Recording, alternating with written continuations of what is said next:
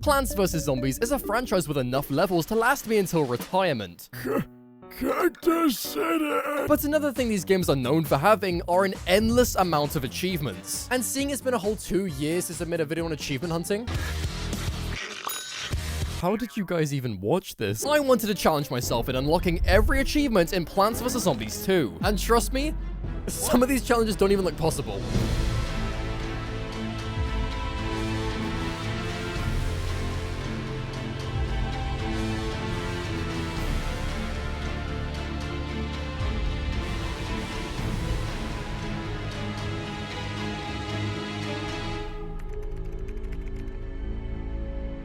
There are 75 whole achievements for us to unlock. Thankfully, 12 of these achievements are just for beating every world in PvZ 2. And with me already beating this game with only Garden Warfare plants, we can tick these off the list with only 63 achievements to go. I don't think I've thought this video through. Ancient Egypt has a few things for us to do here. Yeah, the costumes are coming back, guys, sorry. We're gonna burn 2 challenges with 1 potato mine by letting a raw zombie gather 5 suns to earn the Suncatcher achievement, but then soon after blowing them up to get the Spadao achievement. Yeah, I've never potato mined a zombie before, what about it? But we're not done here in Egypt, as after freezing the Explorer zombie to get the no smoking badge, is smoking canon to PvZ? Imagine you're just planting sunflowers on the lawn and Dave is out back with a pack of Marlboros. Anyway, after freezing Smokeface, Dave must have heard what I said about him, because to get the 20 below 0 badge, I have to freeze 20 zombies with a single lettuce. Alright, Dave. It was only a joke. So with the help of Infinite, I can start to stack zombies along this rectangle. And after enough camel panel TV channel, we powered up Mr. Lettuce, and now everyone is blue. Achievement unlocked. But before we leave Ancient Egypt, we still have one more achievement to unlock. Anubis. Who at PopCap came up with these achievement names, bro? Oh my goodness! It's the epic noob! You just got trolled! But with finally completing AE, IOU, this now brings our total up to 17 out of 75. But we still have a long way to go, so let's set sail for Pat the Birdie. If you haven't noticed already, a lot of these achievements follow the formula of here is a bombie and now I'm going to kill you. I don't know if the guy in charge of achievements just got lazy, but hey, I'm not complaining. It's time for a lightning round! Who the fuck are you?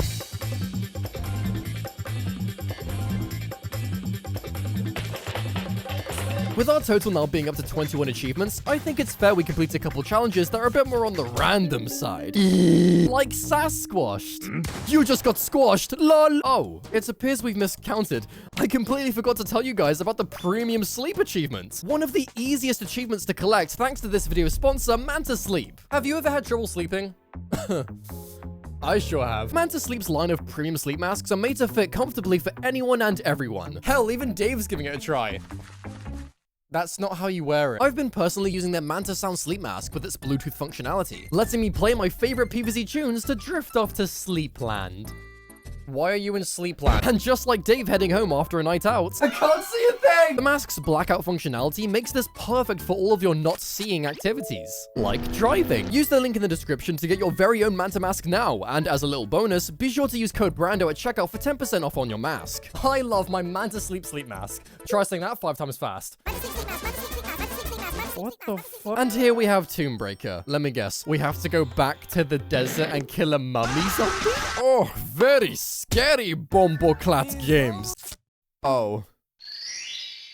A lawn of vases is like a box of chocolates. Some are awesome. Others taste like... Dave, you cannot say that. There are Peapods watching. Welcome to Vasebreaker. Surprisingly, I don't think I've ever covered this on my channel before. But to complete Tombbreaker, Davy Jones's Vase, and Vase Wrangler, we must beat every Vasebreaker challenge pack. I am so excited. So after smashing down the Super Mario Legend of Zelda here, we completed all 3 Vasebreaker intro stages, giving us the achievement... Nothing? What a waste of time. All that work for a lemon and lime starburst. But after painstakingly getting through Egypt, Pirate Seas, and the Child Pest, we happily collected our Vasebreaker achievements and thankfully never have to play this mode again. Beat Wave 30 of Vasebreaker Endless. beats wave 30 of Laze Baker. I don't know if you guys realize, but these 12 levels of Vase Breaker took me 6 hours to beat. Maybe that's just because I suck at this game, but that's besides the point. Pottery trained. Oh, that's a funny meme. I should submit that to the official PVZ Twitter account to get my meme ranked. Hashtag PVZ Meme Masters. This achievement in particular was one of the worst challenges in the entire game, but not because it was necessarily difficult. Oh, no. It couldn't possibly be a challenge without having to play the exact same level over and over again despite what wave I reach. I am being dead serious when I say there is zero variety between the endless levels. The plant pool is literally repeaters, 3-peaters, split peas, a Bonk Choy or two, and a couple spuds. And you may be thinking, well, that's not so bad. That's quite a lot of plants to strategize a solution. And you'd be right. If I didn't have to do the exact same thing each time. Let's play a game. Here's 2 waves of Vase Breaker on my screen right now. Can you guess which one is on the higher round? Time's up. I tricked you. The footage on the right is me playing Crash Bandicoot. But after spending way too much time smashing these vase pots. Why did they turn Greg into a pot? We finally completed wave 30 in Vase Breaker Endless, rewarding us with the Pottery Trained achievement. Are you happy, game? Want me to do another 100 waves while I'm at it?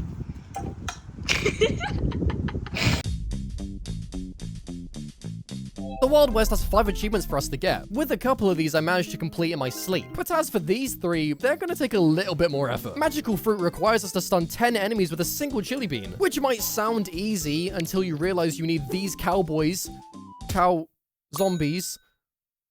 Zomboys to be in the exact same lane. But with the help of garlic, we can redirect zombies in the wrong lane to... Why do you hate me? And after cramming Infinite full of plant food, we were able to tame the horde. However, it appears as though the zombies have created a black hole to escape. So down went Chili Bean, unleashing his powerful freeze challenge. High 5 requires us to plant 5 plant-fooded tool nut plant nut food. And for some reason, Toolnut has decided to get himself a full-time job. High 5, Toolnut.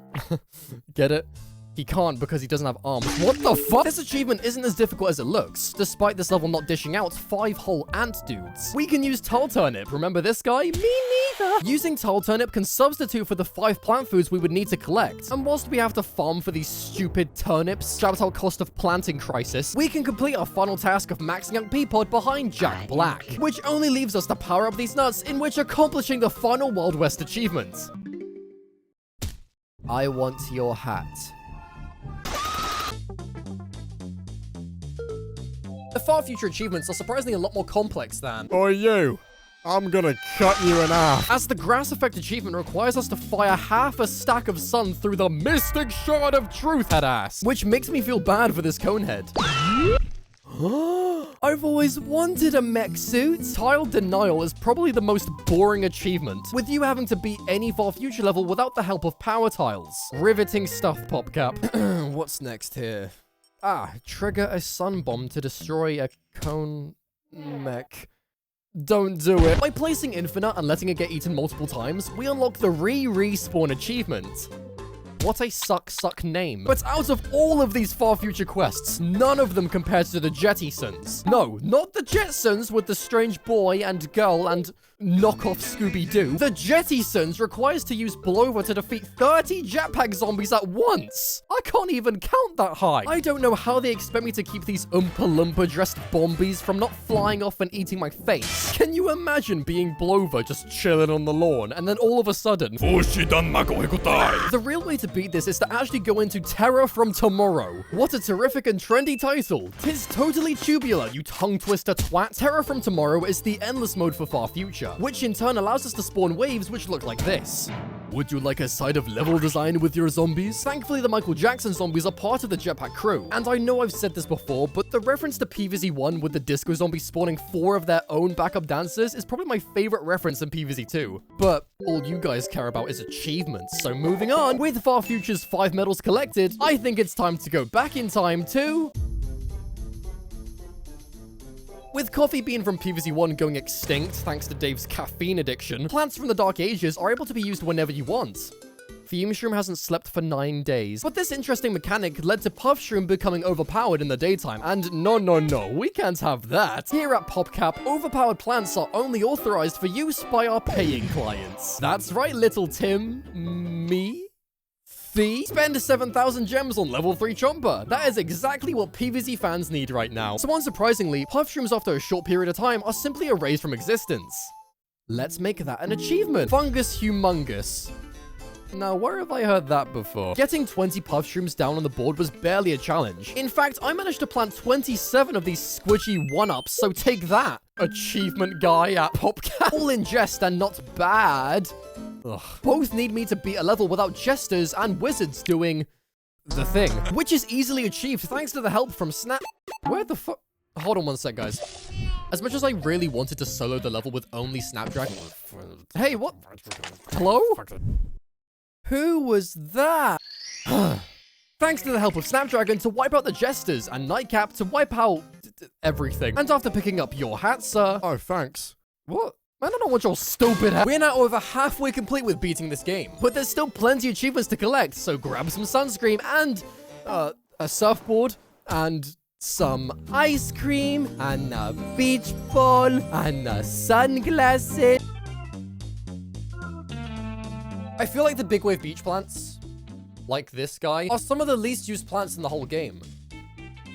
Why did this guy even get picked for a pin, bro? But thanks to these next few challenges, we get to see the grand return of Nana. Banana Storm requires us to beat a level using only Nana. And I swear there was a level in this game with this objective already, but maybe I'm just going crazy. Undertow is a pretty similar achievement, needing us to drown 10 zombies using Tangle Kelp, along with 10 Pin Kapow, needing us to obliterate 10 zombies with Bowling Bulb. This time, however, we can only use a single bulb. Shit. And hey, it looks like Torna has dressed for the occasion. You know, it's good to let loose and relax once in a while. It's a shame you're getting eaten, though. But using the garlic strap back from the magical fruit achievements, this challenge was rather simple to complete, leaving us with fly fishing fail. Complete a level where fishermen fail to hook your plants. And from some players' experience, the fishermen are probably some of the worst zombies in this entire game. Unless you have Nightcap, and then it's a breeze. But with our total now up to 44 achievements, it's time to wave goodbye to the sun and say hello to Cold Sun.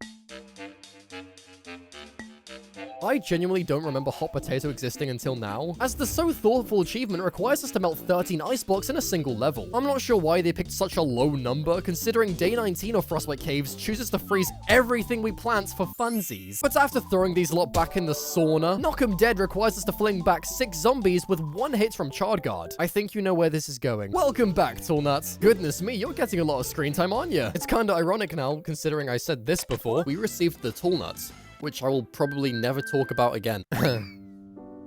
Aren't you cold wearing that? Garlic and Tornut came in clutch once again to divert the zombies with the help of the beloved turn signals, forcing every zombie to move over. I'm not sure exactly how many zombies I've got stacked here, but I think this is a pretty good indication. Yippee! Ice Blockade on a level with Tarzan. Don't let them push ice into the 6th column. Oh my weekends, that's so easy. But to give myself a little bonus challenge, I'm gonna attempt to complete Run Weasley at the same time. PopCap or Harry Potter fans confirmed. So attempting these two together, I had to make sure the turn signals were blocked off with a walnut to stop the weasels running over the top, whilst also keeping an eye on the ice cubes being pushed in thanks to Marzipan. And in my first few attempts, I seemed to forget that these rodents can actually run into other lanes, which instantly failed the challenge, along with the Arctic winds freezing my walnuts, which let Jerry run right past them. So dragging Snapdragon out of retirement once again, we used his fire flower powers to melt every zombie that showed up.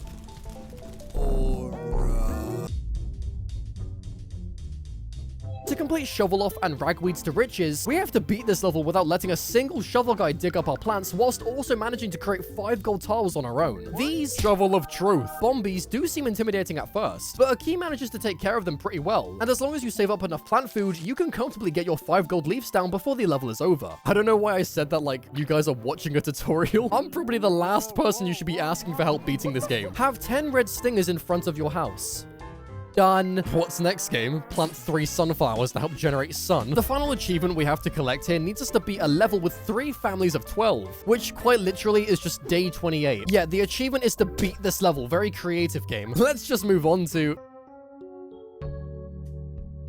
I think Neon Mixtape Tour was one of my least favorite worlds in the PvZ2 challenge. Not because it was difficult or anything, but I kind of just feel like the plants and zombies in this world are kind of meh. Just like these achievements. As Beat It needs us to complete a level only using fat meat. There really isn't anything special to bring up with this world's achievements, so I think it's time for another lightning round! Genuinely, who are you?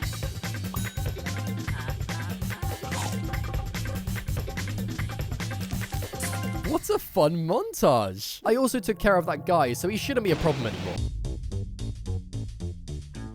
Welcome back, Greg. Pterodactyled? What the shit does that even mean? Use a perfume shroom on a pterodactyl. Oh, whoa! Hungry Dinos needs us to be a level where T-Rexes chomp 10...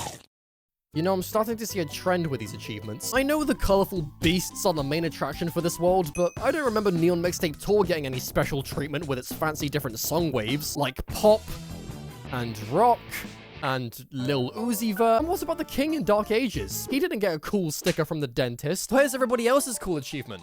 Hello, hi, my name is Brando, and I'm applying for the role of Head Achievement Designer. Prevent all dinosaurs in a level from touching the zombies. I don't know how you want them to not do that, considering they literally dap each other up when they walk by, but I'm pretty sure this achievement wants us to spray every dinosaur with Love Shroom before the dinos kick them up the ass, which can still be quite challenging, considering I very clearly placed my Dior Sauvage onto the lawn, but Blue decided to not gaff and kick this guy anyway. So after getting my timing down, we were able to successfully achieve Dinosaur.